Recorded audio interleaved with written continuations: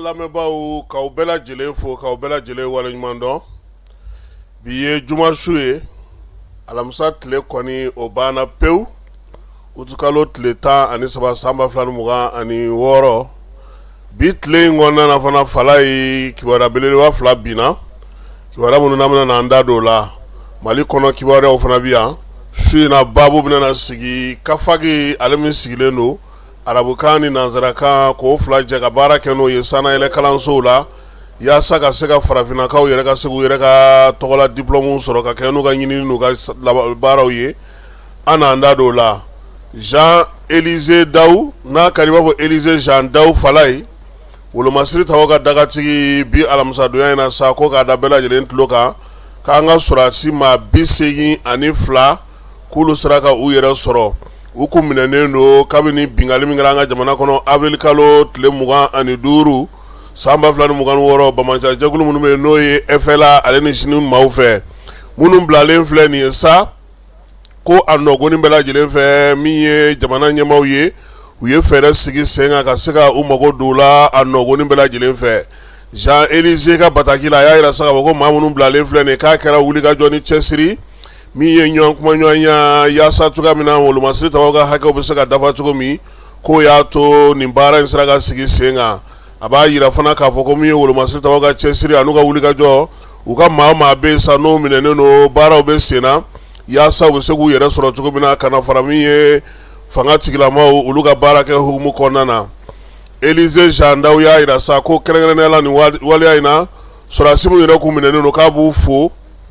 u ka muɲu u ka sabali an'u ka ko faamuya cogo ɲuman na ani k'a yira k'a fɔ ko sɔrɔdasi cɛ jolenw don waati min na u tun minɛnen don. A y'a yira fana k'a fɔ k'a bɛ waleɲuman dɔn ta ka ɲɛsin u ka denbayaw ma an'u ka somɔgɔw bɛɛ lajɛlen olu minnu ye faamuyali kɛ k'a dɔn k'a fɔ ko min armée a kɔnɔdenw ko nin bɛɛ lajɛlen b'a la nin waati gɛlɛman ninnu kɔnɔna na. Élisée Daou k'a bɛ jamanadenw fana fo u ka faamuya n'u ka senkɔrɔma don olu la waati bɛɛ lajɛlen ka ɲɛsin jamana ale wolomasiri tabaw ma. Wa k'a b'a ɲini an bɛɛ lajɛlen fɛ an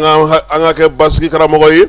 jateminɛw an ka olu bonya min ye an sɔmi fana ka jɛ yaasa banwanja wale ni wale kɛlɛli bɛ se ka kɛ cogo min na. Jean-Élisée Daou ko sa ko a kɔni b'a yira sa k'a fɔ ko armée nin tɛna na foyi bɔ sariyanin sɔngɔ na wulikajɔ ni cɛsiri jamanadenw bɛ se ka lafiya cogo min u n'u bolominɛw Mali fan 14 bɛɛ lajɛlen fɛ k'u bɛna o baara sigi sen kan. Tilegan in na fana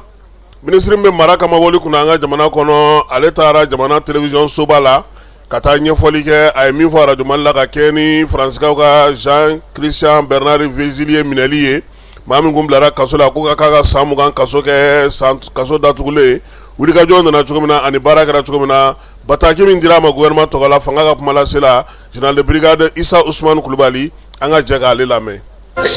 An balimaw an ka foli bi aw bɛɛ lajɛlen Mali kɔnɔ ani Mali kɔ kan. Nin ye an ka jamana gouvernement ka kunnafoni kɛrɛnkɛrɛnnen ye ka lase bɛɛ lajɛlen ma. O hukumu kɔnɔ gouvernement ka kuma lase ministre ni o ye général de brigade Issa Ousmane Kulubali n'ale bɛ mara ni mara segiso kɔɲɔ kunna ale bɛ an fɛ kumaso kɔnɔ yan nɔ. Ministre i ni se. Anise. An bɛ kɛnɛ min kan bi an ka jamana ɲɛmɔgɔ n'o ye général d'armée Assimi Goïta ye a y'a ka yafa di tubabu dɔ ma mun kun ɲangira an ka kiritigɛ bon fɛ. O tubabu a tɔgɔ ko Jean-Christian Bernard Vézilier ale ye faransɛ ye a kun ɲangira an ka kiritigɛ bulon fɛ san 20 kaso k'a y'a kow ta k'an ka jamana sɛgɛrɛ n'a bɛ fɔ o ma ko atteinte à la sûreté extérieure de l'État a b'i n'a fɔ ka an ka fanga ɲɛɲini k'a dafiri o kɔnɔna la a bɛ yira k'a fɔ o min kɛlen filɛ o t'a yira k'a fɔ ko a kun man ka ɲangi ou bien a ɲangira cogo min a kun man ka ɲangi o cogo la ɲangili kɛra cogow la a ka kan ni fɛn o fɛn ye ɲangili kɔnɔ a ka sɔrɔnadolibagaw olu ka baara kɛ i n'a fɔ a kan ka kɛ cogo min o bɛɛ tɛmɛnen kɔfɛ jamana kuntigi y'a yira k'a fɔ komi ale bɛ mun nɔfɛ jamana kɔnɔ fanga bɛɛ k'i ka baara kɛ i ka yɔrɔ la kiritigɛlaw mɔgɔ kan'i da don u ka kiritigɛ la kiri in tigɛra a tigɛko la ayiwa o tɛmɛnen kɔfɛ an ka jamana ɲɛmɔgɔ a ko an bɛ foli bila an ka jamana an toɲɔgɔn dɔ ye mun y'an teri ye ayiwa ale ye i sen don nin ko in na ka a lajɛ jisuma bɛ se ka kɛ a fura ye cogo min an ka foli bɛ ka taa o jamana yɔrɔ la nka o baara a bɛɛ kɛra bonya kɔnɔna na o y'an ka jamana bonya k'an ka hakɛw bonya o la sisan jamana kuntigi nin ko in b'a jira k'a fɔ a hakili bɛ kosɛbɛ bɛn na an ka jamana kɔnɔ nin lawaleya ninnu a bɛɛ bɛ taa bɛn ani basigi ɲinini sira fɛ an ka jamana ye jamana kɔrɔba ye an ka danbe kɔrɔw olu bɛɛ kɔnɔna de la a ye nin yafa in di ni tubabukɛ kofɔlen ma gouvernement de la transition o kɔnɔna la a b'a jira jamanaden bɛɛ la k'a fɔ kiiri fɛn o fɛn bɛ sen na jamana kɔnɔna la jamanadenw kun kan a kiiriw bɛɛ bɛ ka u ka sira tagama nin tɛ foyi bɔ o baara la baara bɛɛ bɛ k'a ɲɛma nka baara bɛɛ la mɔgɔw ka hakɛ o bɛ bonya baara in bɛɛ bɛ kɛ hakɛ kɔnɔna la mɔgɔw ka hakɛ foyi tɛ b'o la o kiiri tɔw bɛɛ bɛ k'u ka sira continuer an ka foli bɛ jamana kɔnɔdenw bɛɛ ala k'an ka jamana basigi.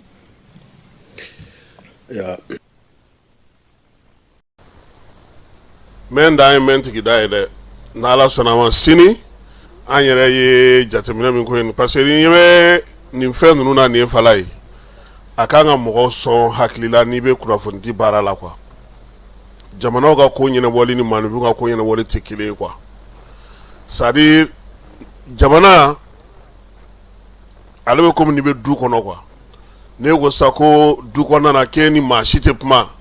i laban hali ni nafolo ni sanu bɛɛ b'i bolo i t'i sago bɛ sɔrɔ dɛ parce que i bɛ yen cogo min na mɔgɔ tɔw fana bɛ yen a bɛ ɲɔgɔn dafa de o de la jamana kungo kow la maaw kan ka faamuyali kɛ nka nin wulikajɔ in kɛra sira min fɛ fala ye a sira jɛra wa min y'an ka jamana ɲɛmaaw ye o kan ka fo parce que bi e bɛ se ka kɛ e bɛ dimi e bɛ fɛn dɔ fɔ nka min y'a fa ye min y'a kɔrɔkɛ ye min y'a balimakɛ ye min y'a denkɛ sɔrɔ ka na ko a bɔra nin degun in kɔnɔna na fala ye o b'a dɔn min don nka e tɛ se k'a dɔn min don o de la sa an b'a fɔ sa ala sɔnna ma sini an yɛrɛ ye jateminɛ minnu kɛ ani baara in daminɛna cogo di bon an tɛna jamanaw tɔgɔ fɔ sa nka kuma ɲɛfɔ cogo fɛ maa caman na faamuyali kɛ k'a sawura k'a fɔ an ma don tɔgɔ fɔ la yaasa bɛɛ lajɛlen ka se k'i ta ni i bila dɔn a ko la n'ala sɔnna sini wolomasiri tabaw n'an bɔra olu ka gun kan mali gouvernement baloko ta na sira fɛ ko ale bɛna na sɛbɛn wari miliyari 12 buruburu 7 k'o de don balo la maa miliyɔn 1 ani tila ka se ka balo don olu ma waati gɛlɛma in kɔnɔna na tɔni 20 o bɛna na kɛ sumansiw ye o bɛna na tila mali fantan 4 bɛɛ lajɛlen fɛ an dɛmɛ jɛkulu n'o ye PAM ni FAO ye olu bɛna na o baara kɛ maa 7 olu binna damanda dɔ la dama min n'o firila nɛgɛtokaw fɛ yen jalafara commune kɔnɔna na sajula cercle la kayi marabolo la a yɛrɛ sa k'a fɔ ko min ye waleya in kɔni ye san dama min kun don sa fala ye kangari dara ninnu ye ka mɛn ko ka damaw datugu samiya selen o de talen filɛ firi nin ye maa 7 o ni tora a la donsolaka minnu sigilen n'o sirifila bundikaw fɛ yen ɲɔnɔ marabolo la fana bamacɔni wale kaba dɔw fana ye drone kamikaziw fili olu ma nka ala barika la maa ni ma to a la donso minnu joginna olu kɔni taara sa ka taa n'olu ye dɔgɔtɔrɔso la u ka minɛnw kɔni dɔw olu fana tiɲɛna waleya in ale senfɛ utukalo tile fɔlɔ tɛmɛnen nizerakaw ka pankuru min bɛ n'a fɔ ma ko RPC fala ye ale maaw tali daminɛ Bamakɔ ya ka taa Lagos kaw fɛ yen i b'a dɔn k'a fɔ nin waati in na an ka jamana pankuru jigi kɛnɛ la jamana caman bɛ yen olu bɛ ka maminɛli kɛ nka min ye RPC ye ale bɛ maa ta ka bɔ yan ka taa n'i ye Conakry ka bɔ n'i ye Conakry ka taa n'i ye Lagos o fana bɛ dawɛrɛ yɛlɛ maa ye ka i surunya nanzara jamanaw la min ye pankuru wɛrɛw ye olu fana bɛ sɔrɔ yen kɛrɛnkɛrɛnnenya la ko nin kɔni bɛna fara sa pankuru tɔ minnu b'an ka jamana kɔnɔ ani minnu bɛ ka nalen ko don nataw la Zuerakaw fɛ yen n'o o ye Tumutu marabolo ye fala ye a yɛrɛ sa k'a fɔ ko maa caman kɔni y'a sigiyɔrɔ bila nin waati in na a bɛ taa se maa 5000 ɲɔgɔnna ma degun bolo olu y'u sigiyɔrɔ bila Segukaw fɛ Sirabaga kasara maa 339 olu de kɔni Sirabaga kasara de kɛra Segukaw fɛ yen kalo 6 ale kɔnɔna na denmisɛnnin fila olu tora ji la badengokaw fɛ kita marabolo kɔnɔna na yanfoyilakaw fɛ sa yiri 16 ni 500 u bɛna o de turu yiri turuba in hukumu kɔnɔna na maasinakaw y'a yira sa k'a fɔ k'olu fɛ ko ji kɔni jiginna kosɛbɛ sango nin waati y'a sɔrɔ olu ka dugu bɛɛ lajɛlen minɛna ni ji ye fala nka ɲina ji bɛ ka jigin dɔgɔkun o dɔgɔkun ka taa fɛ mun nana ne o ye maasinakaw yɛrɛ kɔni bɛ k'a ko jateminɛ ekɔli karamɔgɔw fana kalan kɛlen olu kunna sajolakaw fɛ yen yaasa bɛ se cogo min na ka baaraw matarafali sigi sen kan kɔkan kibaruyaw la sa an bɛ se ka min kɔni fɔ sa o ye k'a yira k'a fɔ nin waati in na min ye Rusilakaw ye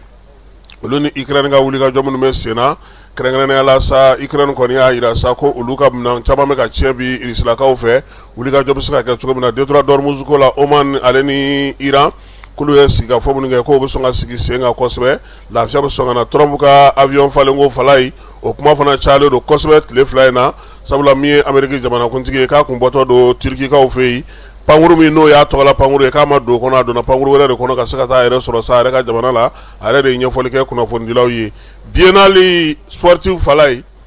finale a bɛna gɛlɛya dɛ fa contre ba a bɛna k'o de Kayi ni Segu an d'an sigi k'a filɛ musokɔrɔba ye Kuɲakari ka ye o ye Kayi ye cɛkɔrɔba o ye Segu ka ye fala ye an b'a kɛ cogo di an kɔni y'an bɔrɔlakaw dasi ne b'a fɛ ko u y'a kɛ k'a bɛrɛ bɛɛ fitinin fila ka bɛɛ fɛgɛman giriman fila ka ɲɔgɔn sɔrɔ Buguni binna n'Ala sɔnna a ma min ye minisiri yɛrɛ ye Ntɔma a yɛrɛ taara bi ka taa denmisɛnninw siyɔrɔ ko lajɛ u ka t'u ka dumuni ko lajɛ ka t'u n'u ka jatigiw bɛ cogo min na ka t'i ɲɛda u bɛɛ lajɛlen kan sini an na segin ka na nin bɛɛ lajɛlen walawala maaw bɛ se ka faamuya cogo min na sabula bi maa bisimila b'an bolo maa b'an bolo an ka min kan ka baabu kɛ n'o ye docteur Ismaël Maïga ye Kafagi maaw olu tɔgɔ la an n'ale bɛna masala sisan. Rentrée académique 2026-2027, votre avenir commence ici. Chers étudiants, nouveaux bacheliers, professionnels du secteur public et privé, l'Université africaine franco-arabe UPAFA a le plaisir de vous annoncer l'ouverture des inscriptions pour l'année académique 2026-2027 en licence, master et doctorat.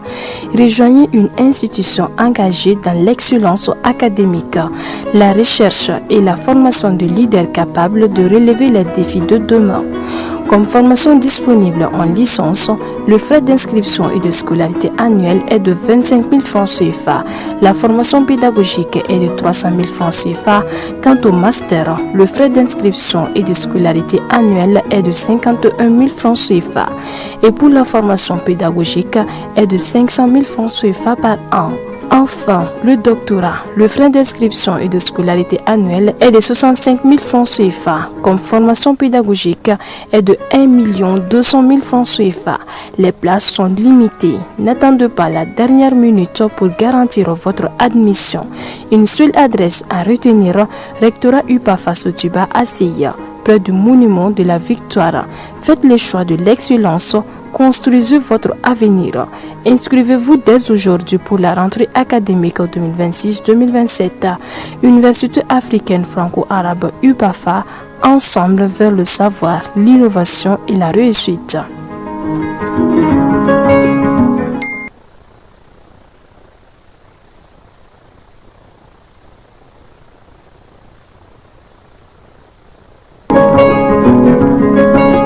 Rentrée académique 2026-2027, votre avenir commence ici. Chers étudiants, nouveaux bacheliers, professionnels du secteur public et privé, l'Université africaine franco-arabe UPAFA a le plaisir de vous annoncer l'ouverture. Filɛbaw ni an lamɛnbaaw an y'a fɔ aw ɲɛna cogo min na farafina dɔnnifaw ni dɔnni kalanso maaw olu bɛɛ lajɛlen faralen ɲɔgɔn kan ka jɛkuluba min sigi ni o ye Kafagi ye centre belebeleba ye ni ale bɛ farafinkan n'o ye arabukan ale ni nanzarakan k'o dorogo ɲɔgɔn na ka se ka ɲininiw kɛ n'o ye ka kalanw kɛ n'o ye k'o sigi an ka jamanaw kɔnɔ sanayɛlɛ kalanso min b'u bolo n'o ye IPAFA ye ale kɔni doyen de b'an bolo bi n'o ye docteur Ismaël Maïga ye docteur i ni su i nana an ka kɛnɛ kɔnɔna na an b'i fo k'i waleɲuman dɔn bi su in na baabu bɛna tali kɛ min kan o da an bɛ sɔn k'an da don sɛnɛko kuma na ka kɛ ni AES kɔnɔna ko ye ani min ye Wuranakaw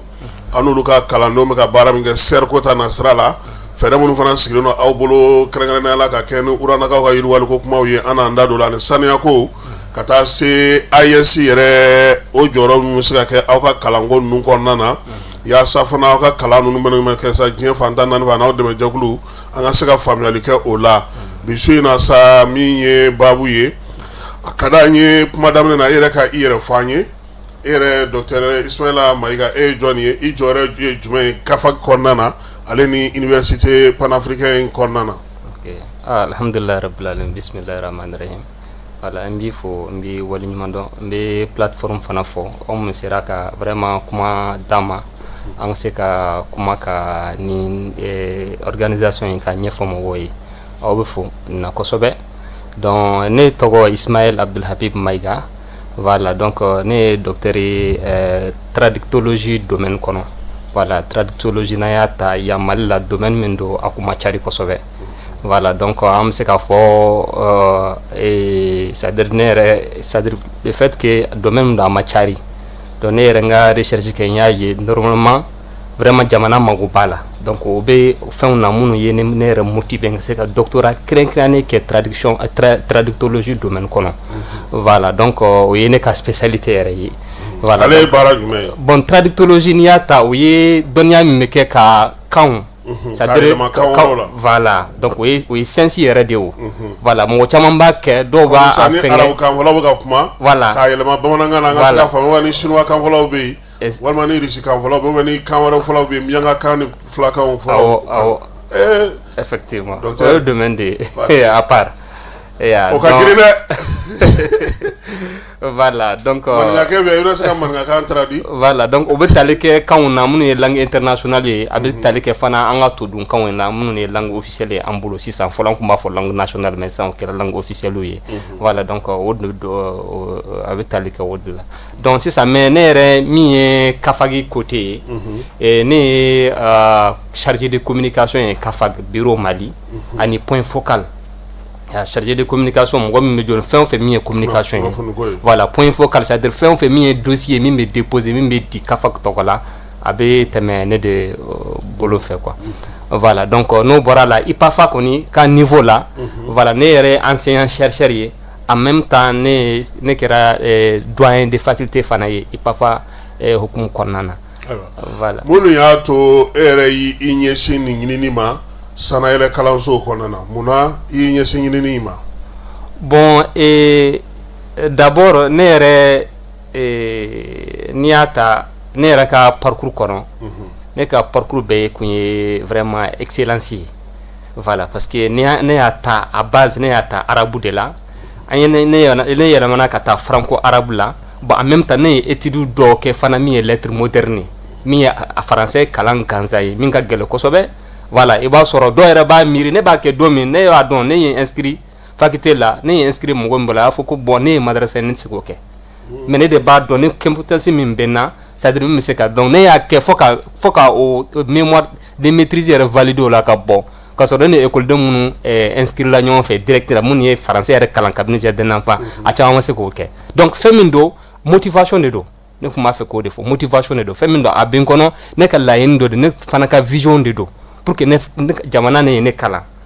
ne fana ka se ka jamana fana servir après o de kun ye ne ka hakilina ye o de kun ye ne motivation min ye ne bila nin sira ɲinini sira in kan quoi ayiwa awɔ an b'a dɔn ka fɔ IPAFA kɔni sigikun ye yaasa ka se ka kalan ta sira an ka jamanaw n'an lamini jamanaw la yan ka se ka jɔyɔrɔba sɔrɔ yɛrɛmahɔrɔnya ko ta na sira fɛ ale ni siyansi ko ta na sira fɛ yalama bi an bɛ se k'a dɔn aw ye nɔbɔ o ko la AES jamanaw kɔnɔ wa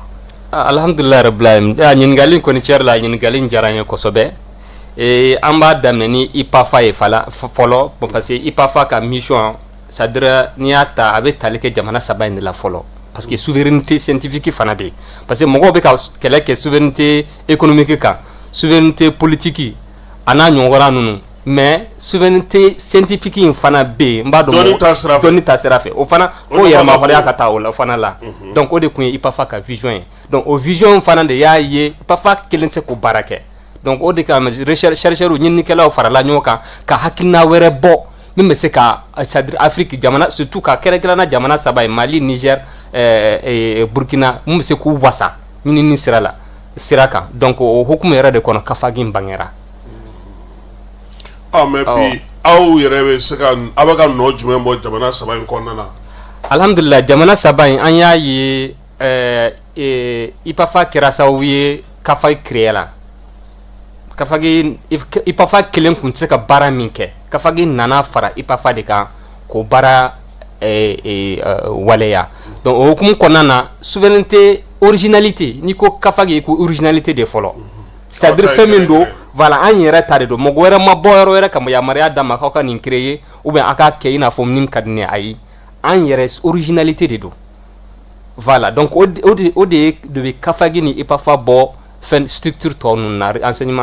enseignement supérieur ni recherche hukumu kɔnɔna na donc o jamana saba in an sera ka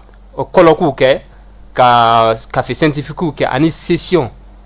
fana kɛ jamana saba in bɛɛ la ka jamana saba in bɛ recherche ɲininikɛlaw fara ɲɔgɔn kan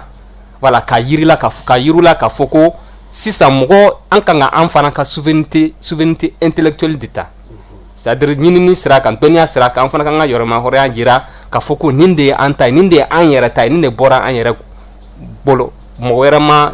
fɔ k'an ka nin kɛ wali fa nin yɛrɛ de ye an ta ye o bɛ tɛmɛ sira jumɛn fɛ i n'a fɔ kɛrɛnkɛrɛnnenya la sisan i b'a dɔn k'a fɔ ɲinini sira fɛ i bɛ taa sɔrɔ mɔgɔ dɔ bɛ olu ye dɔnnikɛlaw ye a b'olu lakodɔn u ka kalan fɛ n'u bɛ baara min kɛ o de don wa ou bien kalanninjɛ yɛrɛ de bɛ kɛ mɔgɔw kunna k'a dɔn k'a fɔ ko ninnu ye AES jamana kalandenw ye nin y'a karamɔgɔw ye ka se k'u lakodɔn wa. bon min ye IPAFA ta ye o ye kalanninjɛ ye voilà ka taa licence la ka taa master la fo ka taa se doctorat la mais kafagi bɛ tali kɛ doctorat bɛ mɔgɔ minnu bolo kafagi bɛ tali kɛ o dɔrɔn de la olu dɔrɔn de bɛ se ka don kuma walima ka baara kɛ kafagi hukumu kɔnɔ donc an bɛ se k'a fɔ kafagi bɛ niveau supérieur de la quoi voilà donc baara fɔlɔ o ye ka ɲininikɛla ani dɔnnibagaw ɲini k'u fara ɲɔgɔn kan o de kɛra donc IPAFA ye baara k'o la université wɛrɛw bɛ yen minnu ni IPAFA bɛ partenaire la u ye baara k'o la mais doctorat niveau la IPAFA ye baara kɛ kosɛbɛ voilà pour que ka baara kɛ c'est-à-dire ka doctorat siraw ka nɔgɔya an bolo k'a fɔ ko i bɛ se ka doctorat kɛ Mali i bɛ se ka kɛ Burkina i bɛ se ka kɛ Niger ka sɔrɔ i ma déplacer ka taa jamana kɔ kan o yɛrɛ de kun ye laɲini yɛrɛ o souveraineté ye aw sera k'o sɔrɔ an sera k'o sɔrɔ alhamdulilayi an bɛ ka baara kɛ o la fo an bɛ ka jamana wɛrɛw de ɲini ka fara an kan o fana caman fana kɛra yan Afrique n'i y'a ta Asie fana Europe alhamdulilayi an ye jamanaw bɛ ka fɛnw ani universitéw bɛ caman bɛ partenaire la dɔw fana ka partenaire bɛ sen kan monde arabe fɔ i n'a fɔ an y'a ta arabu jamana ninnu kɔnɔ o kɔni o ye an ka domaine yɛrɛ ye donc voilà donc alhamdulilayi sisan tiɲɛ yɛrɛ la kafagi ye nɔ bɔ c'est-à-dire nin dɔnniya ka dɔnniya valoriser ni jamana saba in awa yɛrɛma hɔrɔnya ɲinini dɔnni ta sira fɛ AES jamanaw kɔnɔ IPAFA jɔ ye degun jumɛn sɔrɔ a la a n'aw sera k'o degun kɔ sagi cogo di alhamdulilayi i b'a dɔn an bɛ farafinna de farafinna la laada la n'i y'a jateminɛ ni mɔgɔ ni nana ni hakilina kura ye baarakula ni mɔgɔw ma faamu joona dɔw bɛ yen u b'a minɛ kojugu ye i y'a ye dɔw fana bɛ yen u t'a faamu dɔw fana b'a fɔ yanni an ka kuma an ka ɲɛɲini fɔlɔ an ka lajɛ fɔlɔ ninnu bɛ ka taa min voilà donc o de kun ye IPAFA ka k'a ye donc mais alhamdulillah IPAFA sera ka taa kabini ministère la jamana saba bɛɛ la IPAFA sera k'a ka taabolo ani a ka hakilina a ka mission yira diɲɛ ninnu na donc pour que u k'a faamu k'a fɔ ko IPAFA nana dɔ de fara dɔnniya sira kan a mana dɔ b'a la a nana ni dɛmɛ de ye c'est à dire min kun tɛ yen dɛ min ye vide ye c'est à dire a nana fɛɛrɛ de kɛ pour que o yɔrɔ ninnu ka se ka remplir o kana kɛ vide ye donc o de kama n'an y'a ta IPAFA multisystème de multilingue de don kan bɛɛ b'a la kan bɛɛ b'a la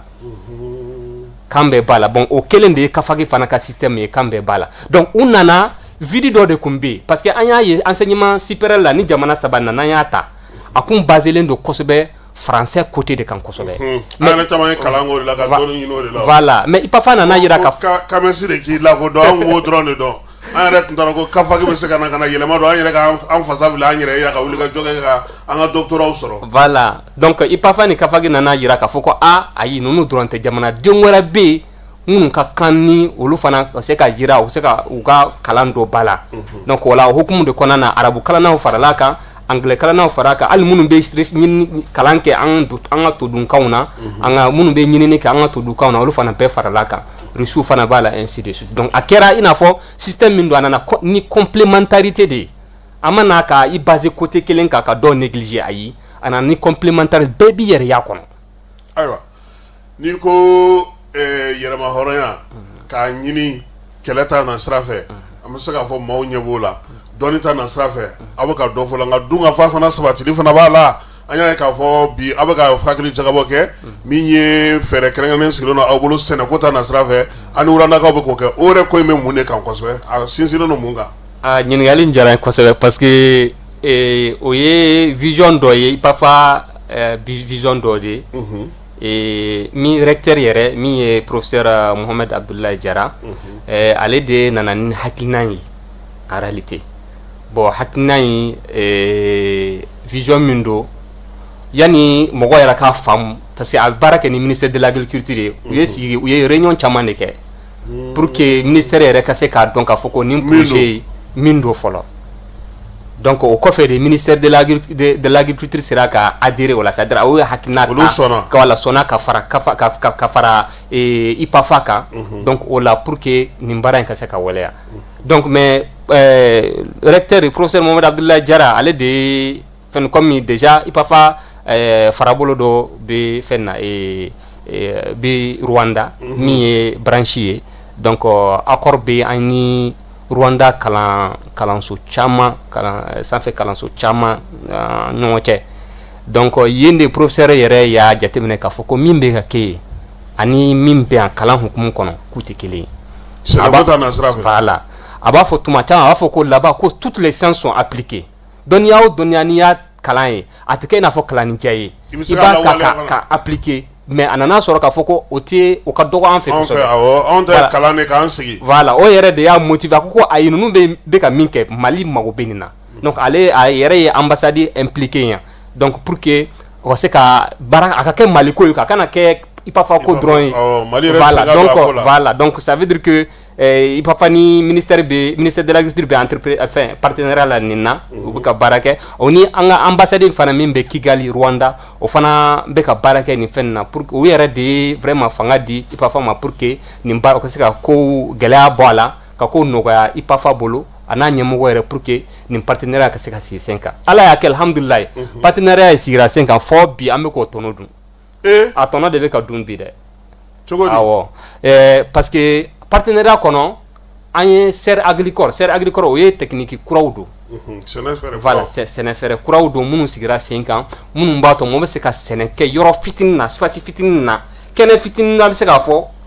i bɛ se ka sɛnɛ kalan ni ka tɔnɔba sɔrɔ a la yɔrɔnin fitinin ka tɔnɔba voilà donc o de ye technique bon o dɔrɔn tɛ i bɛ sɛnɛ kɛ fana perte t'a la k'a fɔ ko baganw de donna ka n ka sɛnɛfɛnw dun walima fɛn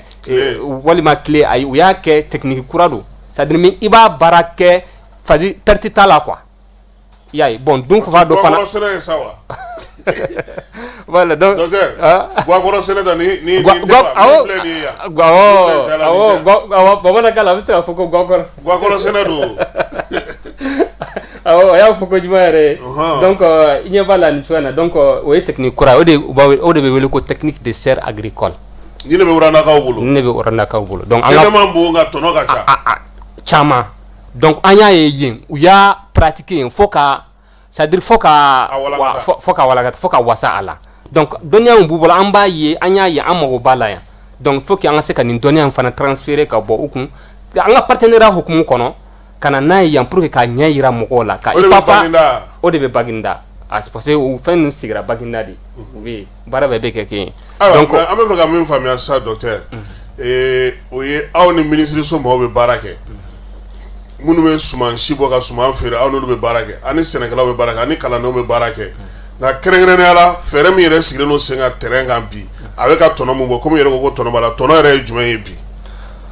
alhamdulillah a tɔnɔ ye fɛn min ye fɔlɔ o ye ka dɔnniya min don a kana to an ka partenaires bolo donc parce que an ka partenariat kɔnɔna na o kan ka transférer dɔnniya a tɛ komi n'a fɔ u bɛna ɲɛ yira a la dɔrɔn ka taa ayi an b'a ta o kun de parce que an mago b'a la donc o hukumu kɔnɔ an ye mɔgɔw ta minnu kan ka former dɔw taara IPAFA yɛrɛ la dɔw taara ministère de l'agriculture yɛrɛ y'a ka mɔgɔw ye dɔw di dɔw fana taara i n'a fɔ ONG minnu bɛ yen ni an n'olu bɛ partenariat la yan o ye maliyɛn yɛrɛ ka ONG de u bɛ yan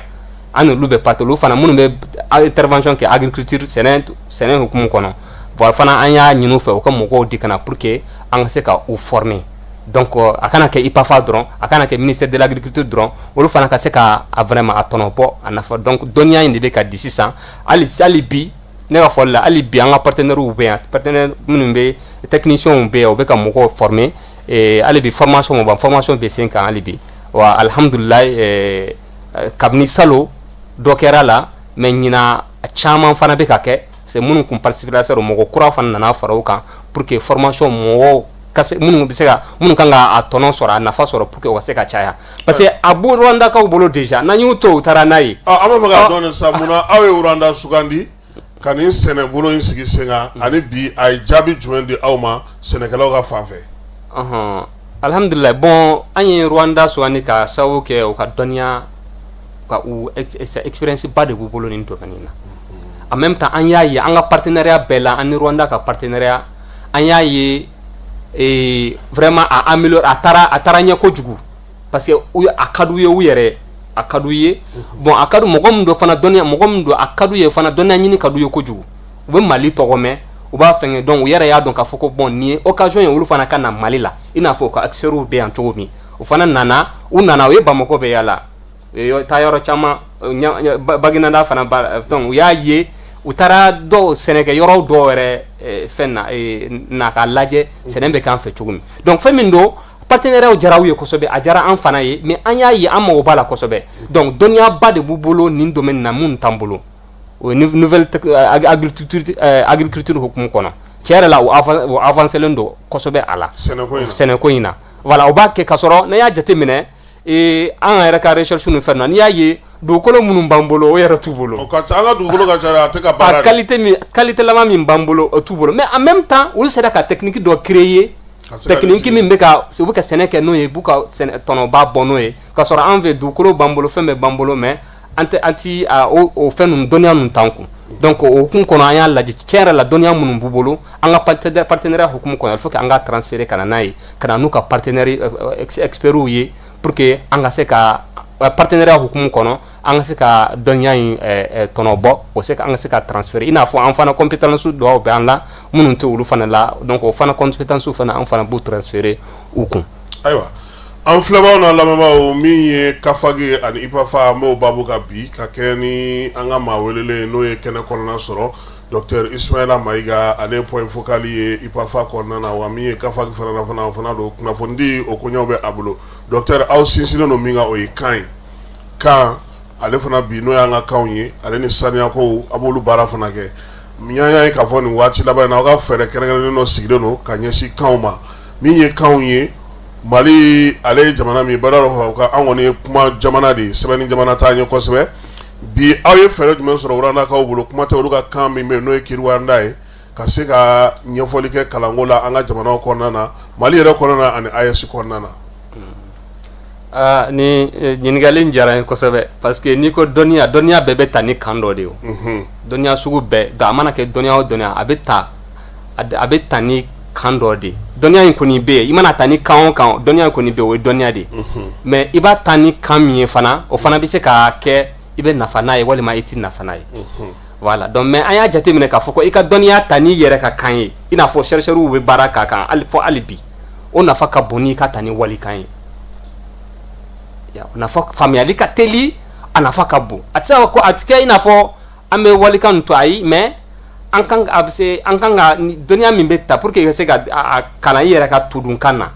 a ka nɔgɔ i bolo a faamuyali ka nɔgɔ i bolo ka tɛmɛ n'i ko i b'a kalan ni walikan ye quoi parce que n'i ko i bɛ walikan fɛn kalan ni walikan ye i bɛ effort fila de fournir i bɛ kan de kalan en même temps ka tila ka dɔnniya fana ta n'a ye o ye énergie fila i bɛ énergie fila de perdre mais n'i ko i bɛ dɔnniya ta n'i ka kan ye directement o ye direct de ye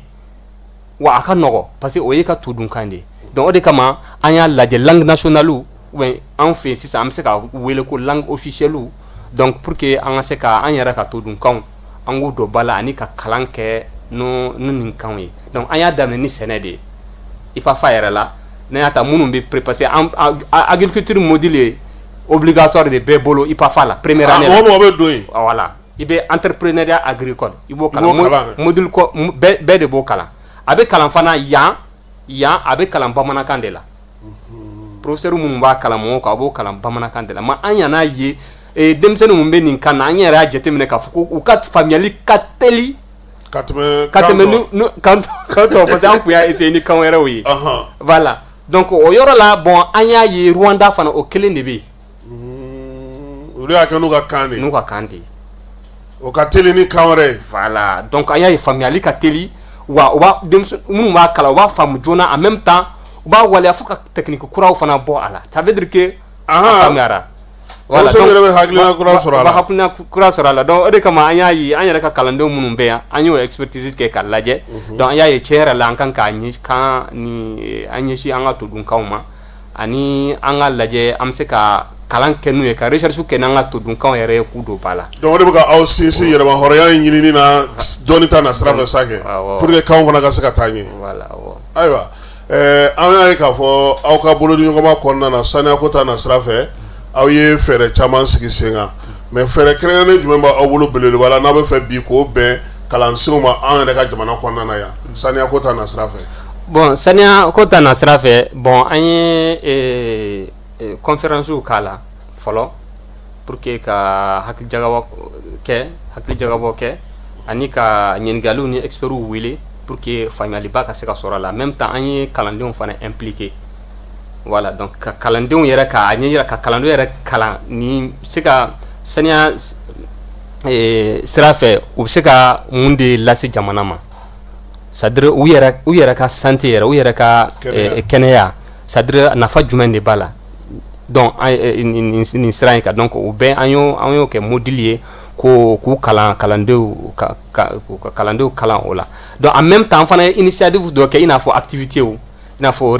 reboisement ka yirituru bon an y'o kɛ an y'o caman kɛ an ye fɛnw yiri fana di mɔgɔw ma i n'a fɔ Kafagi bɔra k'o kɛ yiri sen 2000 a y'o bɔ k'o di cérémonie kɛra Bagineda ye voilà pour que voilà mɔgɔ se ka yiri turu a nafa dɔn ka mɔgɔw fana initier en même temps ka kalandenw fana initier le fait ka kɛ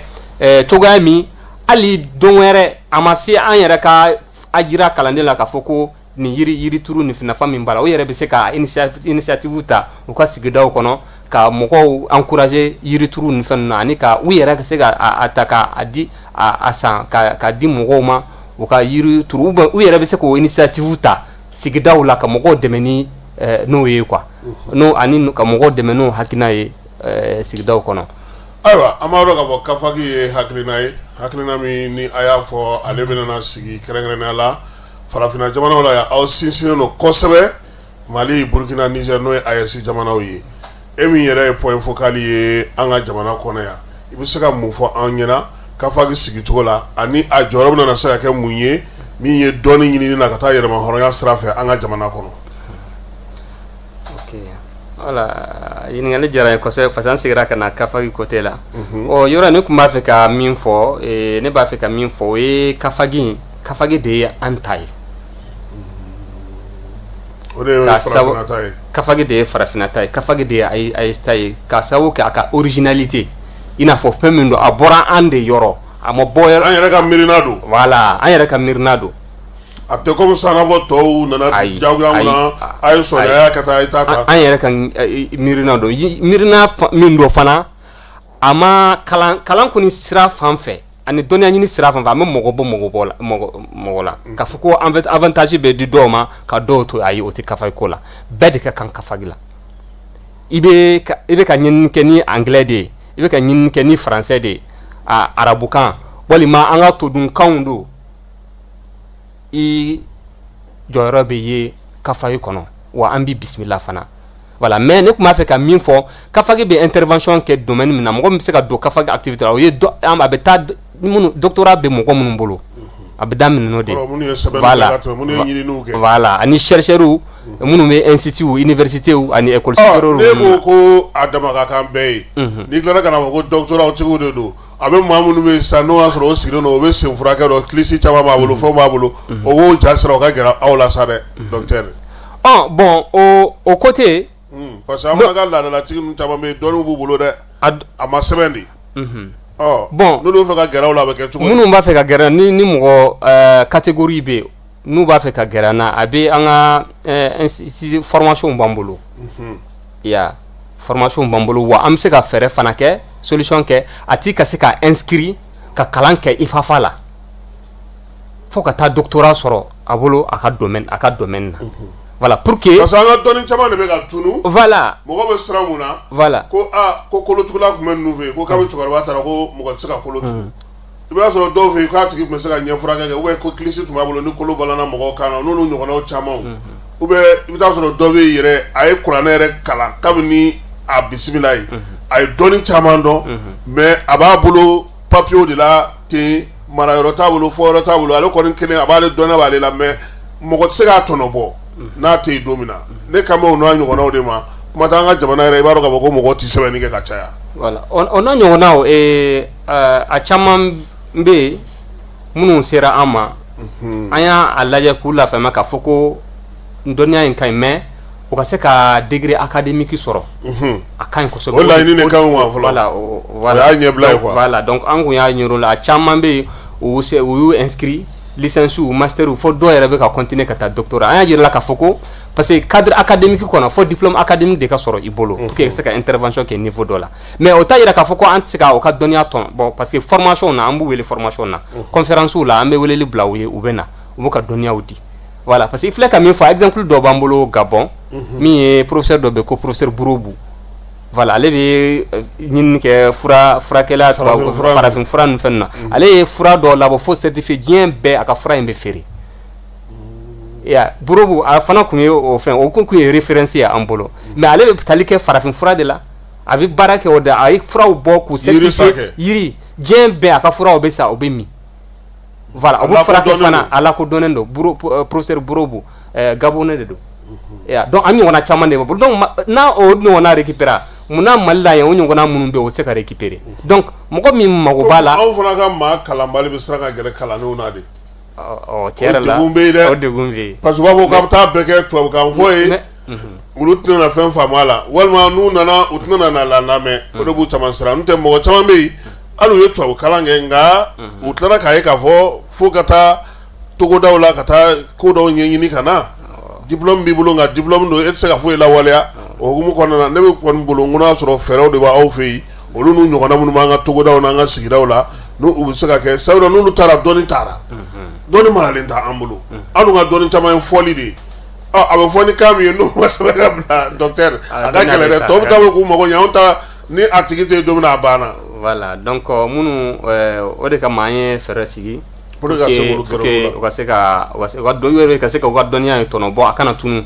a ka se ka sɛbɛn en même temps u ka se ka fɛɛrɛ kɛ minnu solution b'u la courage b'u la ka se diplôme académique la u bɛ se k'u inscrit i n'a fɔ licence la master la fo ka taa se doctorat parce que i filɛ ka minnu fɔ a dɔw bɛ yen i b'a sɔrɔ bac b'u bolo ka kɔrɔ i n'a arabukan na walima français la voilà mais u bɛ se ka kalan continuer fo ka taa se niveau académique dɔ la a caman bɛ yen donc IPAFA bɛ yen ka caman récupérer minnu b'a fɛ k'u ka continuer ka kalan kɛ o domaine kɔnɔ IPAFA a caman bɛ yen solution an bɛ u récupérer pour que u kana perdre parce que jamana de bɛ perdre nin na i filɛ k'a fɔ sisan jamana an ye Gabon ta in fɛn fɔ donc o ɲɔgɔnna caman de b'an bolo yan donc jamana bɛ ka perdre bon mais IPAFA ka hukumu kɔnɔ u bɛ se ka récupérer solution bɛ se ka kɛ pour que u danna ni kalan niveau min na surtout minnu bac bɛ minnu bolo u bɛ se k'u inscrire licence la master la ka continuer ka taa n'u ye licence ba u bɛ se ka continuer master la en même temps n'u tilala master fana la u bɛ se ka continuer ka taa doctorat la fo ka taa diplôme académique sɔrɔ en même temps u bɛ dɔnniya mun ka dɔnniya fana ka se ka sɛbɛn voilà ni français de don walima arabu don walima ni todukanw don a ka se ka sɛbɛn pour que an ka se ka o fana tɔnɔ bɔ parce que dɔnniya min ma sɛbɛn a bɛ taa de i n'a fɔ i bɔra ka fɔ cogo min. ayiwa voilà don nataw la kafagi yɛrɛ bɛna mun sigi sen ka baro sigi la i n'a fɔ conférence internationale ka taa se aw dɛmɛbaga jamana minnu bɛ yen a n'aw yɛrɛ ka yan jamanaw aw bɛ ka fɛɛrɛ jumɛn sigi olu la don nataw la aw ka programme ye mun ye. alhamdulillah kafagi kɔni baara caman de bɛ yen caman baara minnu sedala caman bɛ yen mais session fana bɛ yen an ye session min labɛn c'est 2027 ye o de kun ye activité ba minnu b'an bolo an bɛ ka min labɛn voilà donc 2027 o ke kafagi be jamana o jamana be jamana akachani jamana mugangi ka kata africain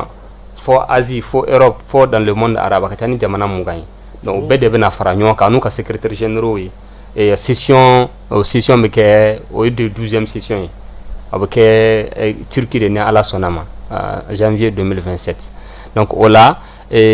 munu chercheru wiye ani munu mogobe ka promotion grade ke c'est-à-dire ka grade ou recherche ke article bu bolo ou gafe ou sebe voilà donc ou san hake do ke barala o mase ka soro doctorat bolo be équivalence bu bolo donc o nyene bayde ambolo pour que o se ka participer au dossier ou lado dossier era ya Mali niveau la dossier era bella donné era de fait parce que ne des points focales o ka se ko participer au la donc o la Turquie voilà Turquie la niveau flade do munu me se ka tayi Turquie kata kene kan directement obe ani munu se ka ta kene kan fana o ka dossier be se ka la do dossier be tayi dossier be ta étudier voilà donc ça mais kata kene ka on afa ka bon parce que chercheur be de beta nyon kumbe djembe donc ni chercheur mun bora ya Mali togola kata et a kata tiere la tono ka bonde parce que il beta contacter soro il beta relation soro djem fambe il beta chercheur bawde munu me se ka kay bolo sababu nyuma yi ka projet do era lasi ma ka fen chaman lasi ma donia ka partenariat o lasi yerema voilà donc wode kama me ka chercheur enseignant chercheur munu me barake institut là que ça soit niveau public ou bien privé et munu me barake école supérieure la université là donc ama foko ki baraka foko dossier déposé li be abe 5 ans allez bien me continuer ka dossier fin munu ma fika candidature pour que on se ka postuler à promotion de grade là voilà donc munu ye conditions remplies parce que promotion de grade ama foka daka femme ndo amana wode voilà étude de dossier étude de dossier de beke mo ni mankan nae itse ka so voilà donc munu ye sebenu ke munu recherche ke ani munu ye u ka don we san chaman ke ka donya yere di ou be évaluer de commission spéciale de bi mi mejo u ka dossier évaluer donc c'est de comme bête c'est ka teme voilà donc munu ka kanaye ou ba soro munu manga naye enfana ba fo ko encourager ou be ta session were ni session were benake donc c'est ko labin même buje ou bo nyenyini ko fara nyo kan kana naye kana obla dossier kono pour que ko se ka teme session nataula ne ala sonam aywa amalo ka fag ni ipa fa ko ni ngana no ko bolo di nyama ya saka saka fere krengene sigi doni nyini na ka keni ayesi jamana oyi bibi na est-ce que aw wasale no ka keni oyewa an wasalen do bi mais ali bi jamana ka la ko doni alhamdulillah am se ka fo bara chaman kera bon jamana saba mbe ka fag bara ke nu ka autorité wi donc ba donc ka fo ko ka fag fana be donc ka fag distinction ere di do ma munu ka kanaye anya ya kera Niger akera Mali la ya akera Burkina fana voilà donc u bebe ya donc ka fag mbe bara ka fag be bara mina u be ka fag deme fana aka siran ka parce que anya nyir la ka fo ko ni originalité ni anya de ta jamana saba inde ta do mo wera tate voilà donc anu lube barake voilà u ba an kalama ka fag fana bu kalama donc fen chamana ambe les trous fana chuma événement mbeke u ba kalama jamana saba en présence u be ba donc kafagi be o jamana saba en président be ba donc kafagi be jamana saba en premier ministre u be ba donc kafagi parce que muna anye bara minke ka nye yirula bara inde ya to u convaincre la donc ya donc afoko tier la ni anta ni ani ma jeteni voilà donc c'est ça est prévu yirula donc ya donc afoko tier la ni kanga deme donc o hukum kono voilà kafagi ani anga jamana saba nyamo be voilà blobe nyombolo donc ina fo kalani nyenyini hukum kono aywa wati laba na yin fendo yi awka bololo strafe o be talige kafagi ka jonjon no dilila Ousmane Chérif Madani Haidara ale dingela ale kalan sugu jumɛn ke ay doni jumɛn ɲini ke docteur de do fana wa fana fara la docteur ka sira jumɛn fɛ alhamdulillah Haidara. ɲininkali in diyara n ye kosɛbɛ parce que fɛn min don kafagi ni ipafa fo an k'u bɔ ɲɔgɔn na ne kun y'a kuma na ko ipafa o ye kalan sira fɛ ka taa licence la master la fo doctorat ale ipafa de ye dɛ ale o de ye ipafa ye mais kafagi o ye jɛkulu min de ale mɔgɔ min doctorat bɛ mɔgɔ min ou bien ni doctorat ɲɔgɔnna dɔ b'u bolo tari olu de bɛ se ka c'est-à-dire don kafagi ka activité o la voilà anw sen t'o la voilà o ye côté académique an ye dugumamɔgɔw ye o ye côté an académique ye ipafa maaw ye o ye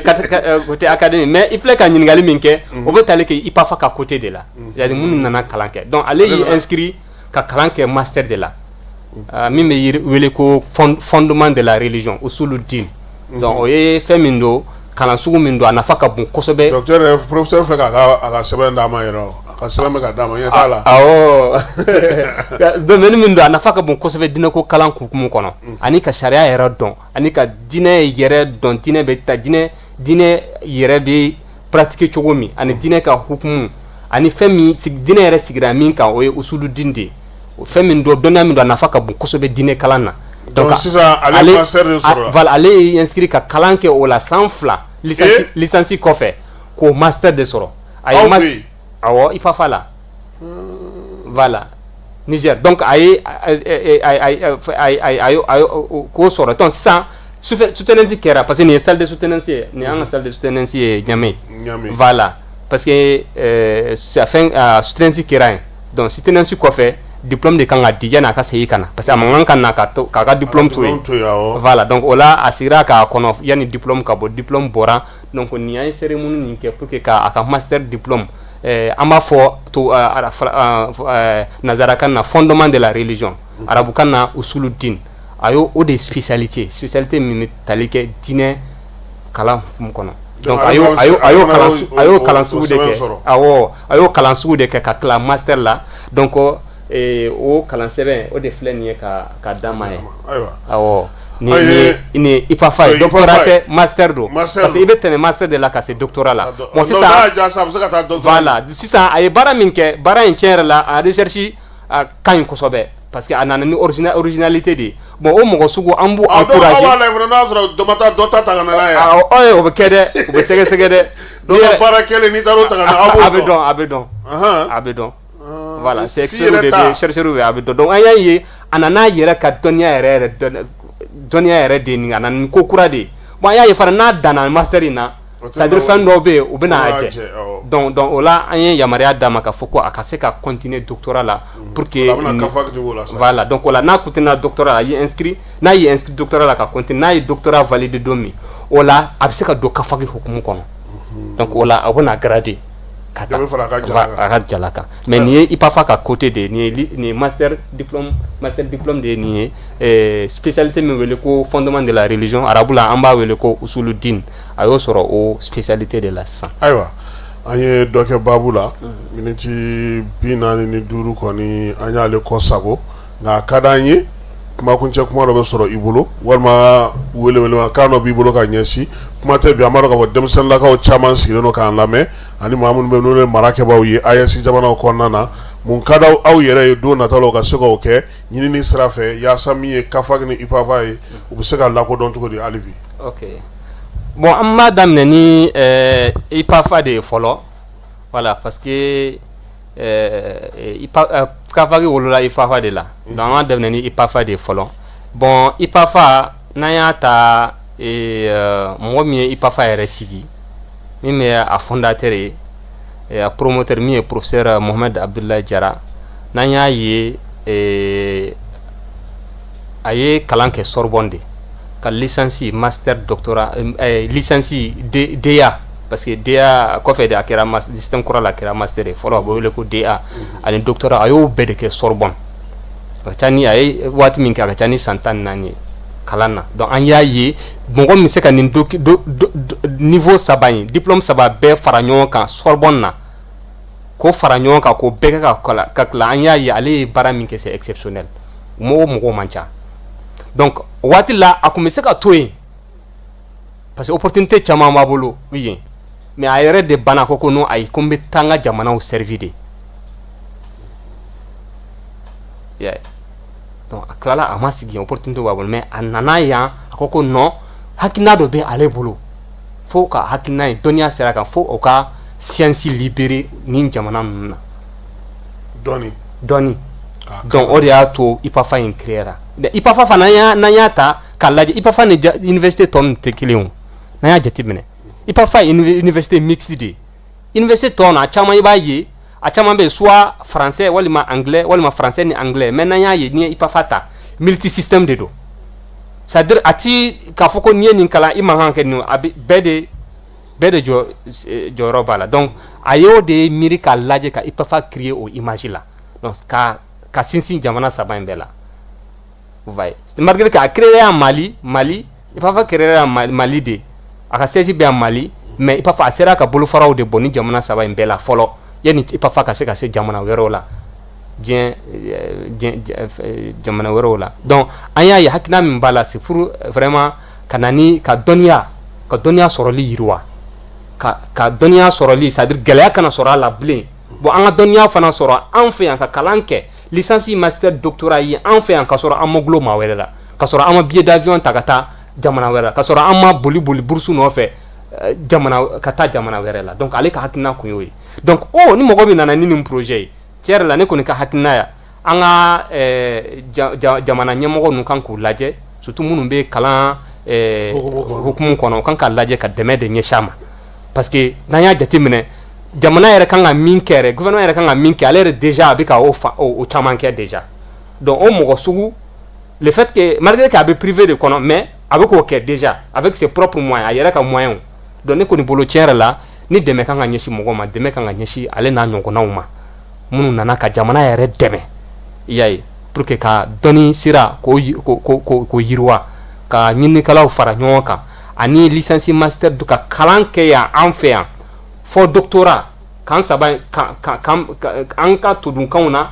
walima anglais la walima français la ouais donc an y'a ta avion ka bon multi système do tiɲɛ yɛrɛ la o kan ka dɛmɛ ni dɛmɛ kɔni bɛ ko ka ale n'a ɲɔgɔnnaw kɔni dɛmɛ ka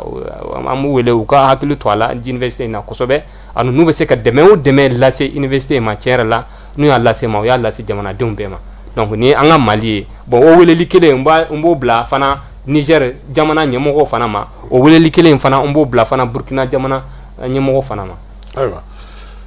docteur kuma kuncɛ kuma jumɛn b'i fɛ. bon sisan n bɛ segin ka na Kafagi côté la bon Kafagi fana ka hukumu kɔnɔ an y'a ye ni ye an yɛrɛ ka institution ye donc min bɛ se ka an ka professeur n'an ka chercheur ɲininikɛlaw gradé ka taa maître assistant la fo ka taa se professeur émérite la ka sɔrɔ u ma girin fɛn dɔ nɔfɛ u ma taa jamana wɛrɛ la ka girin ka taa fɛn wɛrɛ la non nin yɛrɛ an ta an ka système de jamana saba in ka système pour que u se ka u ka hɔrɔmaya ta u ka dɔnniya sira kan ɲinini sira kan donc yan fana nin fana côté la ni y'a jateminɛ tiɲɛ yɛrɛ la jamana saba in bɛɛ ɲɛmɔgɔw kan ka u ɲɛsin nin ma ka nin institution in fana n'u miirina bɛ taa mɛnɛ voilà n'u miirila bɛ taa y'a ye donc o fana ye weleli wɛrɛ ye an m'o fɔ ko fara IPAFA ta kan. Ayiwa an b'i fo i nali la bi su in na ka na kɛnɛ ɲɛnɛmaya k'a yira sa k'a fɔ min ye Kafagi ye ale kɔni sigikunba o ye jamanaw ka yɛlɛma hɔrɔnya dɔnniko ta na sira fɛ franco arabu don nka i yɛrɛ fɔ cogo min su in na k'an bɛɛ lajɛlen bɛ a la an bɛ dugawu kɛ sa ala ka a tɔ bɛɛ lajɛlen ɲɛ ka d'a ma professeur yɛrɛ an b'a fo hali n'a sɔrɔ a bɛ taama na min ye Sidibekɛ ye k'ale fana fo kosɛbɛ